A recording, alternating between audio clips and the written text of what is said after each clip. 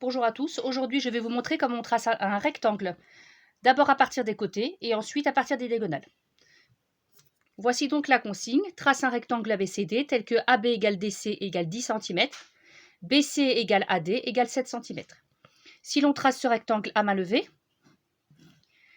A, B, C et D, AB est égal à DC, ce qui veut dire que ces deux côtés sont identiques, chacun des deux fait 10 cm. BC égale AD égale 7 cm, ces deux côtés sont identiques. Je commence donc à tracer le premier côté de 10 cm qui s'appelle AB. Ensuite, je prends mon équerre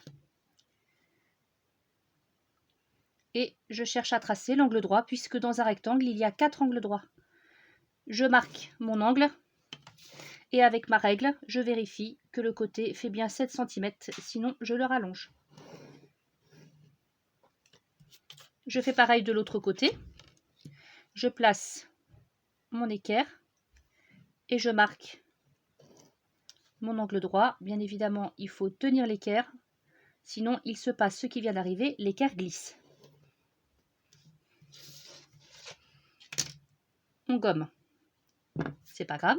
Ensuite, on prolonge le trait, c'est-à-dire le côté AD, pour qu'il fasse 7 cm. Et je rejoins les deux bouts des segments. J'obtiens donc ici le côté C et le côté D.